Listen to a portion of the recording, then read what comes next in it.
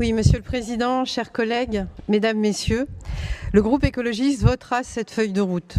Dans un contexte marqué par la désertification médicale, le recul des services publics de santé et les difficultés croissantes d'accès aux soins, il est essentiel que le département réaffirme au quotidien son rôle actif en matière de santé publique. Et comment ne pas avoir à l'esprit en cet instant les épisodes caniculaires que nous traversons depuis mai. À chaque pic de chaleur, à chaque canicule, il y a un impact sur la santé de la population. Et je n'oublie pas le monde du vivant, dont nous faisons partie, également fortement et durablement impacté. Concernant cette feuille de route, on ne peut que souscrire aux objectifs. Lutter contre les inégalités sociales et territoriales de santé, améliorer l'accès aux soins des publics les plus vulnérables, renforcer la prévention, développer la vaccination, conforter la PMI et poursuivre les démarches d'aller vers. Parce que la santé ne peut être abandonnée aux seules logiques de marché, ni être réduite à une médecine exclusivement curative, la prévention constitue un investissement social et humain.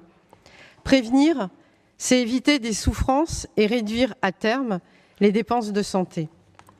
Nous saluons également plusieurs actions déjà engagées par le département, notamment les consultations de prévention dédiées aux mineurs non accompagnés. Et j'espère tous les MNA. Je pense aux MNA en recours. Ou encore la semaine de sensibilisation à la précarité menstruelle, organisée début juin pour la 5e année par la Maison Nord Solidarité de l'île Moulin. Changeons les règles. Cette initiative vise à sensibiliser différents publics aux enjeux de santé menstruelle, de vie affective et sexuelle, de consentement et de prévention.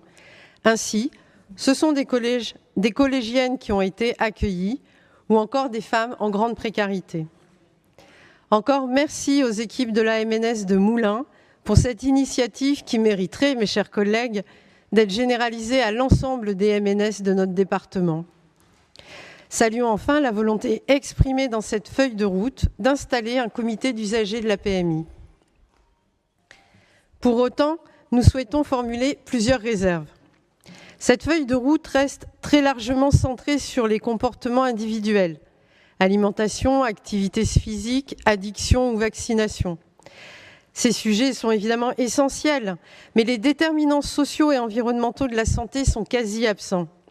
On parle bien de salutogénèse, cette approche qui concentre sur les facteurs favorisant la santé et le bien-être, mais sans déclinaison aucune. La santé dépend aussi des conditions de vie. La pauvreté, le mal logement, la qualité de l'air, l'exposition aux pollutions, l'accès à une alimentation de qualité ou encore l'isolement social. Comment élaborer une stratégie de santé publique à l'horizon 2030 sans faire de la santé environnementale un axe structurant? Nous pensons notamment à la prévention des cancers environnementaux, car oui, nos cancers sont politiques. Nous ne pourrons pas augmenter indéfiniment les dépenses de dépistage et de soins sans agir sur les causes des maladies.